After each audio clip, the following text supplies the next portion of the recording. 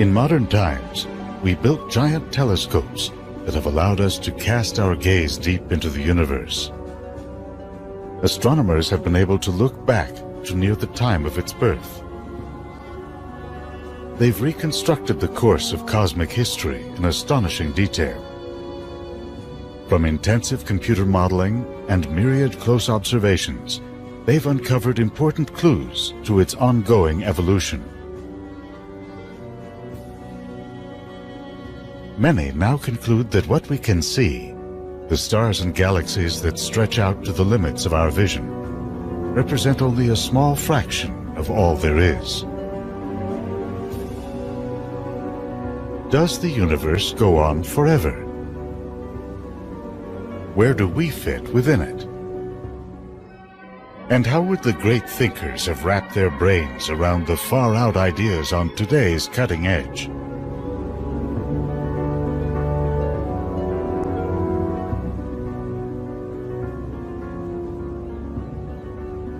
To begin to get a handle on infinity, we're going to need some perspective on the numbers and scales that define our universe. One place to start is a narrow side street in Charles Dickens' London. A curiosity shop, fictional to be sure. Here you can find an unparalleled collection of stuff.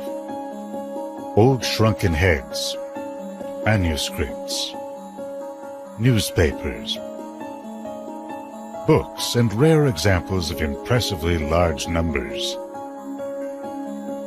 From Zimbabwe comes a $100 trillion note. In late 2008, with that nation battered by hyperinflation, it was worth about $1.50 US. Go up 2 orders of magnitude to something decidedly more useful. The fastest supercomputer in history will soon hum along at 20,000 trillion calculations per second, a 20 followed by 15 zeros. You'll have to run it about a day and a half to equal the number of grains of sand on all the world's beaches. That's around a sextillion, a 10 followed by 22 zeros. That's roughly the number of stars in the visible universe. Atoms in the visible universe? That's upwards of 10 to the 78th power, a 10 with 78 zeros. Cubic centimeters? A mere 10 to the 84th, a septuagentillion. To go up from there, we turn to no less a source than the Guinness Book of World Records. The largest named number in regular decimal notation, the Buddhist time period Asamkhya, is 10 to the 140th years, or 100 quinto-quadragentillions. Then there's the largest number ever used. Graham's number is a calculation of angles in a type of hypercube. If you divided the visible universe into the smallest units known, called Planck volumes, the total of those units wouldn't get you anywhere close to Graham's number. But it's still nowhere close to the ultimate ceiling. Infinity. For those who find infinity hard to grasp, even troubling, you're not alone. It's a concept that has long tormented even the best minds. Over 2,000 years ago, the Greek mathematician Pythagoras and his followers saw numerical relationships as the key to understanding the world around them. But in their investigation of geometric shapes, they discovered that some important ratios could not be expressed in simple numbers. Take the circumference of a circle to its diameter, called pi. Computer scientists recently calculated pi to 5 trillion digits, confirming what the Greeks learned. There are no repeating patterns and no ending in sight. The discovery of the so-called irrational numbers like pi was so disturbing, legend has it, that one member of the Pythagorean cult, Hippasus, was drowned at sea for divulging their existence. A century later, the philosopher Zeno brought infinity into the open with a series of paradoxes, situations that are true but strongly counterintuitive. In this modern update of one of Zeno's paradoxes, say you have arrived at an intersection, but you are only allowed to cross the street in increments of half the distance to the other side.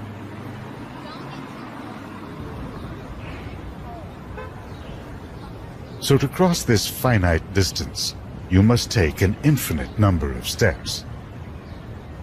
In math today, it's a given that you can subdivide any length an infinite number of times, or find an infinity of points along a line.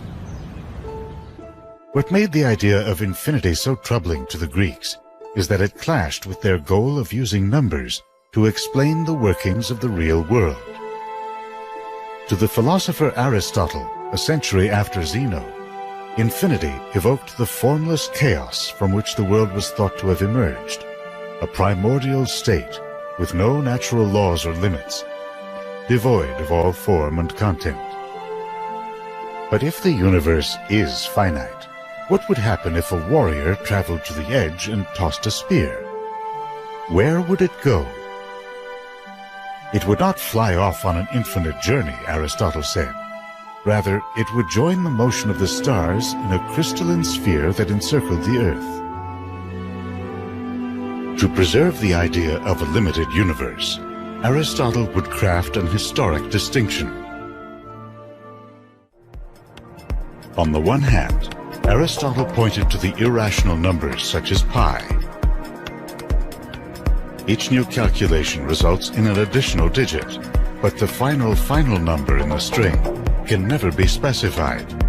So Aristotle called it potentially infinite. Then there's the actually infinite, like the total number of points or subdivisions along a line.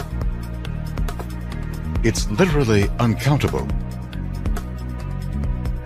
Aristotle reserved the status of actually infinite for the so-called prime mover that created the world and is beyond our capacity to understand.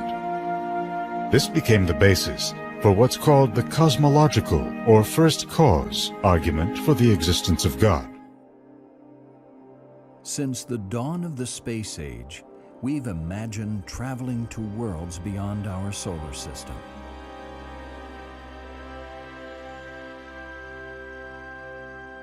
Touching down on eerie landscapes, encountering alien life forms,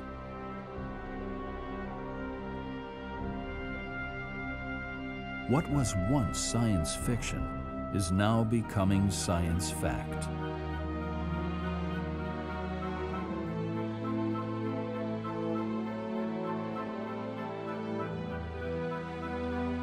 Each year, we are finding more and more planets around other stars. Some strange and hostile.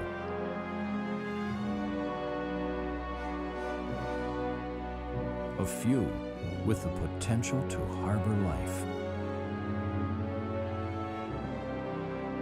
What can we learn about the universe and about ourselves?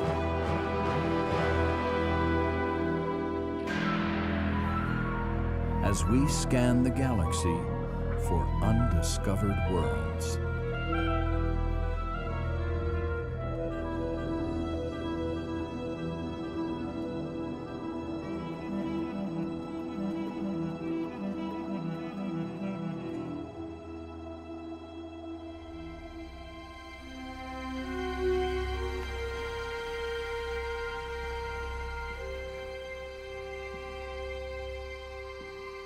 In the last 2 decades, precision telescopes have allowed us to see into the bright light of distant stars and detect the presence of planets.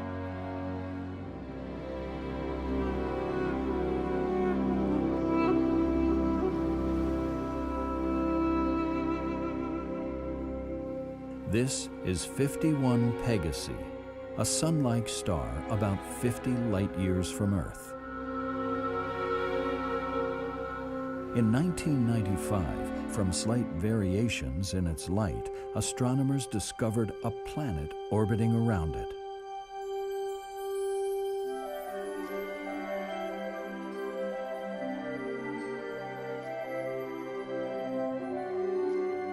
For the first time in human history, we knew for sure that ours is not the only solar system.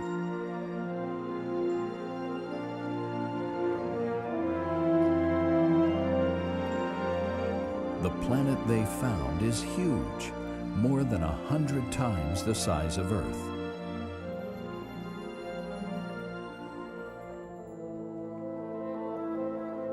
Yet, it orbits astonishingly close to its parent star.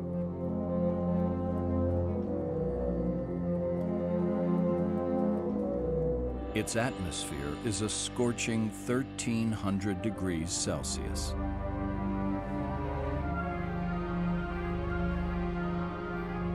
It's a total non sequitur. Okay, if intelligence is just a matter of information processing, and we continue to improve our machines, we will produce some form of superintelligence. And we have no idea how long it will take us to create the conditions to do that safely. Let me say that again. We have no idea how long it will take us to create the conditions to do that safely. And if you haven't noticed, 50 years is not what it used to be. And this is 50 years in months. This is how long we've had the iPhone. This is how long The Simpsons has been on television. 50 years is not that much time to meet one of the greatest challenges our species will ever face. And once again, we seem to be failing to have an appropriate emotional response to what we have every reason to believe is coming. The computer scientist Stuart Russell has a nice analogy here. He said, imagine that we received a message from an alien civilization, which read, "People of Earth, we will arrive on your planet in 50 years. Get ready." And now we're just counting down the months until the mothership lands. Okay. We would feel a little more urgency than we do. Another reason we're told not to worry is that these machines can't help but share our values because they will be literally extensions of ourselves. They'll be grafted onto our brains and will essentially become their limbic systems. Now, take a moment to consider that the safest and only prudent path forward recommended is to implant this technology directly into our brains. Now, this may in fact be the safest and only prudent path forward, but usually one's safety concerns about a technology have to be pretty much worked out before you stick it inside your head. Okay. The deeper problem is that building superintelligent AI on its own seems likely to be easier than building superintelligent AI and having a completed neuroscience that allows us to seamlessly integrate our minds with it.